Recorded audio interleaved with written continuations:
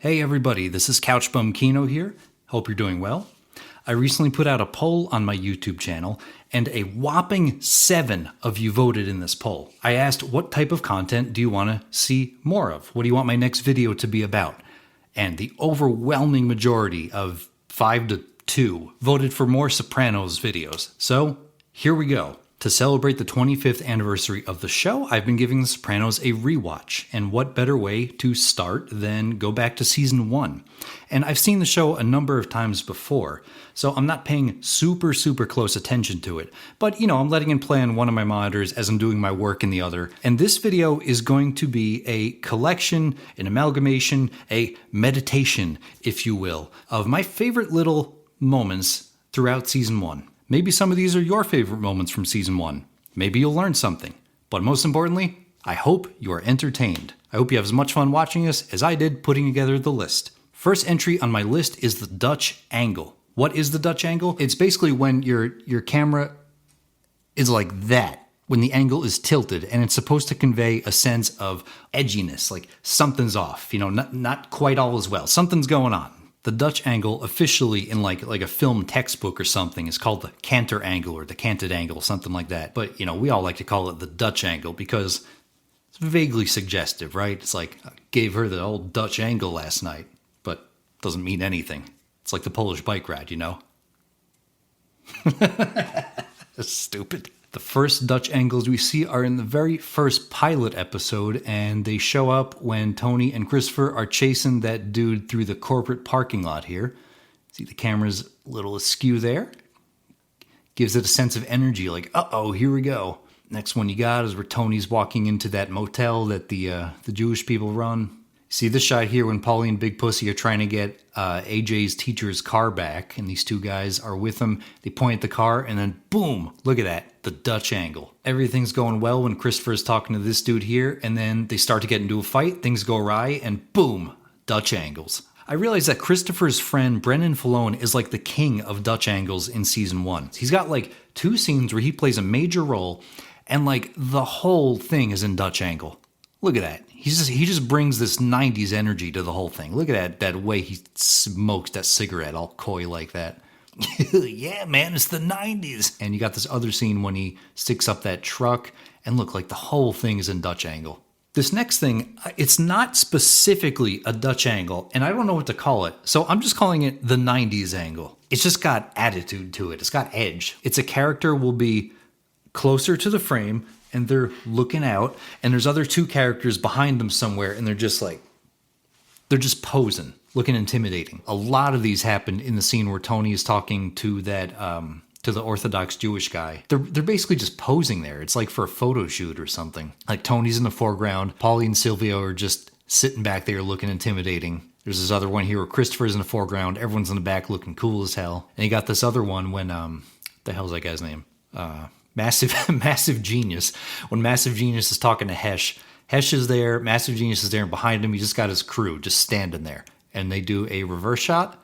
There's Hesh, there's Tony and Paulie, just posing, just standing there, menacing. The next entry on my list is Satriali's versus Santani's. So if you didn't know, in the very first pilot episode, and only in that episode, when they're hanging out in front of the Deli store, that store is called Santani's. It's not Satriali's. From the second episode all the way to the end, it's Satriali's. But only in the very first pilot, it was Santani's. Santani's in episode 1, Satriali's in episode 2. I've heard some people saying, oh, in the pilot episode, Satriali's had a different name. I don't know. I'm leaning on the side that these could be just 2 different stores with very similar signs.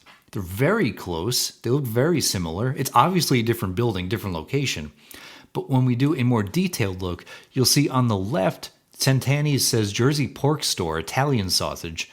Satriali says pork store, and Italian sausage is written in the pig there. Santani says meat market, totally different font than Satriali's pork store meat market. On the right, Santani says prime beef veal cuts, and Satriali says meat Angus beef provisions. In the universe of the show, it seems reasonable that these could just be 2 different locations. Why we never saw Santani's again? No idea. The next entry on my list is sort of similar to the Santani versus Satriali debate. In the pilot episode, I've seen people saying that the actress who plays Adrianna, they had her playing some random restaurant hostess and then they liked her so they rehired her as Adrianna. Maybe that's probably how she got hired to stay in the show.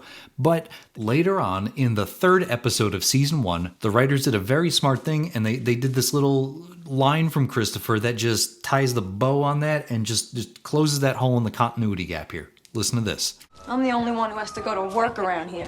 Yeah, restaurant hostess, real tough work. So that was supposed to be Adrianna in the pilot. That was not someone else. This next section is about callbacks and references, things I noticed in season 1 that were either touched on somewhere else in the rest of the show. When Tony kills that dude, whatever his name is, we have a continuation of the theme of ducks. You'll see when the guy comes out, there's a duck, there's another duck, Tony kills the guy, walks away, looks up, and then he sees a bunch of ducks, or it might be geese, but whatever.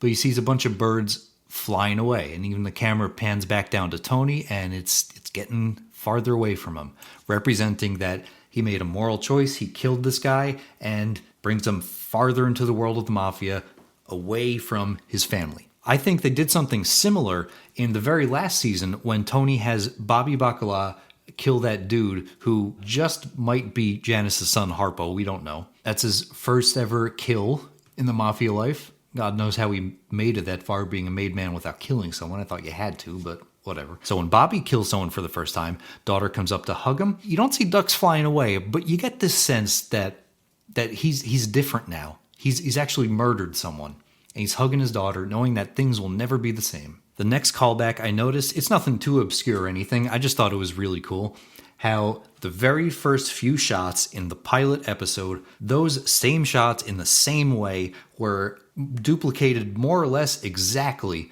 in a later season when Carmela is in Dr. Melfi's waiting room. This next one is kind of a callback. It's just a little detail that I noticed. In the season 1 episode where we see Christopher working on his script for whatever movie he's writing, and they show a close-up of his computer screen, and the beautiful girl says, "Thank you," and Chip goes, "I must be loyal to my capo." That reminds me of Christopher's situation way later on in the show when they discover Adrianna's a rat and he has to make the choice between her and his mafia family, and he ultimately decides to be loyal to his capo, be loyal to Tony, this crappy comedian in the cheesy suit performing in the retirement community. Kind of reminds me of this guy in the cheesy suit telling cheesy jokes in the retirement home. I'm sure, as most of you know, a lot of the actors from the movie Goodfellas also appeared in The Sopranos, one of the most prominent ones being Michael Imperioli. In Goodfellas, his character Spider got shot in the foot by Joe Pesci. So I thought it was a little bit of poetic revenge, in a sense, when Christopher got to shoot this random bakery employee in the foot. This will make a good segue into my next section, which is random actors I know from other roles. If you've seen the other HBO show Boardwalk Empire, that Baker guy is that FBI agent dude who appears in like season 4. So in the pilot episode, the priest was played by this random dude here. Don't know who he is. He only has this one line. And then for the rest of the series, they replace him with this dude. I could never not see him as Ryan Chappelle from 24.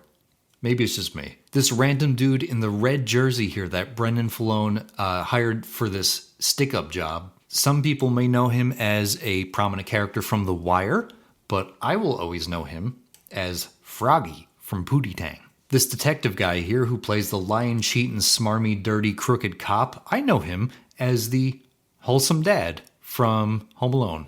This isn't too funny, but when he jumps off the bridge, if you freeze frame that and zoom way in on the guy who jumps off, yes, obviously it's a stunt performer, but it doesn't look anything like him. Like his haircut's different, he's got a different build. It's so not him. This next section is just miscellaneous random thoughts I had throughout season 1. I thought it was some cool symbolism and a bit of irony that after Tony gets shot towards the end of the season and he's in the hospital and his family's there waiting for him, Meadow and AJ are out in the hospital lobby, and right behind them is a sign that says, "Safe families, everybody needs one." Now, if you're familiar with other Sopranos videos I've done on this channel, I like to talk about bad edits or strangest edits, I call them. I've never seen them do this anywhere else in the show. Look at this. It almost needs a sound effect. All right, this next item on the list is really just for fun. It's a nitpick. I get that he's not actually playing Mario Kart. because if you'll notice, he's only holding it with one hand. And if you're holding with one hand on the N64 controller, you're probably just pressing the A button, which would make him go. It would just go straight. Tony's not steering him with the joystick. If one of them was actually him on screen, he'd probably just be crashing into the wall on the side of the track. Very inaccurate. The whole show is invalid now. I can't watch this anymore. When Christopher, Adrianna, Brennan, and whoever his girlfriend is are waiting outside this club, there's a very brief cameo from Martin Scorsese. I don't know why he would be going to the same club as these people. He seems too cool for that. But Christopher shouts out at him. Whoa. Wow. Marty! Kundun! I liked it. First, I thought he said cool dude. I liked it. And I was like, what's cool dude? Is that a movie? But Kundun is apparently a movie Scorsese did just like a year or so before this episode came out about the Dalai Lama. And I've never seen it. I mean, maybe I'll check it out. It looks interesting. Does this really seem like a movie that Christopher would like? I mean, he seems to be really into Goodfellas and later on like Saw and slasher movies, stuff like that. Maybe he was high. I don't know. Well, those are all the entries on my list. If you've made it this far, thank you. I appreciate it. And I will see you next time. Goodbye.